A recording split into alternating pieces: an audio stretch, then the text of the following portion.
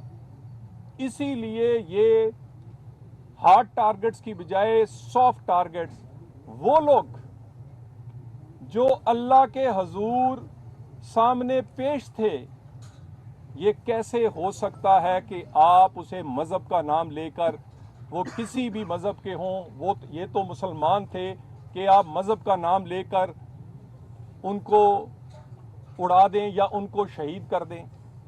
یہ کوئی مسلمان نہیں کر سکتا. سو اسلام کا نام لینا ہو یا لسانیت اور صوبائیت کا، داڑھی رکھ کر کی جائے دہشت گردی یا داڑھی کے بغیر BLA کی صورت میں، کوئی شک نہیں ہے. ہم نے بہت سارے شواہد ہمسایہ ممالک اور دنیا کو دیے ہیں کہ یہ سپانسرڈ بائی انڈیا ہے، اور اس کی میں سپانسرشپ 3 گنا، ہمارے پاس شواہد ہیں کہ 3 گنا انویسٹمنٹ انڈیا نے بڑھائی ہے. یہاں پر یہ دھماکے کرنے والے اللہ کی راہ میں نہیں کر رہے، ڈالرز پہ کر رہے ہیں. کتنے لوگ مارے جائیں گے، شہید ہوں گے، اتنے پیسے ملتے ہیں. ایک BLA کا ہو یا TTP اور دوسرے کا، ڈالرز میں تنخواہ جو ہے ان کو دی جاتی ہے. اور ان کے ہائیڈ آؤٹس، ان کے ٹریننگز، بے شمار دفعہ ہم نے یہ احساس دلانے کی کوشش کی ہے افغانستان کو کہ آپ ہمسائے ہیں، آپ پر ہمارے بڑے احسانات ہیں. ان احسانات کا بدلہ اس طرح دہشت گردوں کو پال کے مت دے، مت انڈیا کی پراکسی بنے. مئی میں انڈیا کے ساتھ جو کچھ ہوا، اس پراکسیز کے ساتھ بھی وہ ہوگا. اس ساری آج کی جو یہ دہشت گرد کی کارروائی تھی، وزیر اعظم، وزیر داخلہ اس کو ہسپتال کے زخمیوں سے لے کر، اور ابھی جو ایک وزیر داخلہ نے تفصیلی دورہ امام بارگاہ کا کیا ہے، ایک ایک چیز ہائیسٹ لیول سے یہ مانیٹر کی جا رہی ہے. ICT کے کمشنر اسلام آباد، IG اسلام آباد، اس کے باوجود کہ ان کے بھائی جو ہیں شہید ہوئے ہیں، کزن بردر، یہ اپنی وردی پہن کے موقع پہ موجود ہیں. جو ہم یہ نقصان پورا نہیں کر سکتے، لیکن وزیر داخلہ نے کہا ہے کہ 72 گھنٹے میں یہاں پر خود بھی نماز ادا کی ہے، اور باقی لوگوں نے بھی، کہ یہ اسی طرح اللہ کا گھر آباد رہے گا، اور اس میں جو ہم اس کی مزید بہتری کر سکتے ہوں گے وہ کریں گے. بہت ساری معلومات فی الحال اس لیے نہیں دی جا سکتی کیونکہ انویسٹیگیشن اور ان کے پچھلوں تک پہنچا جا رہا ہے، اور یہ 72 گھنٹے میں ہم تفصیلی رپورٹ ان تمام ہینڈلرز اور اس میں جو بھی انوالو ہیں وہ وزارت داخلہ وزیر اعظم کے حکم پر دے گا. Thank you very much. Sir international media کے لیے انگلش میں بتا دیجیے سر, isn't it the deadliest attack ever in Islamabad? State machinery has been failed to secure the population of Islamabad. Don't you think it's a failure of the safety, security and the state? دیکھیے, English sir, please. آپ اسے رکھو. This is not a failure. This is a backflash because we are the frontline state.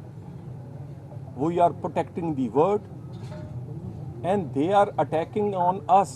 They just want to weaken this wall. The wall is Pakistan. If this wall will weaks, this fire will not stop on our borders. This is our responsibility. We are a responsible state and we are fulfilling our responsibility. We are going to win this war and we are winning this war.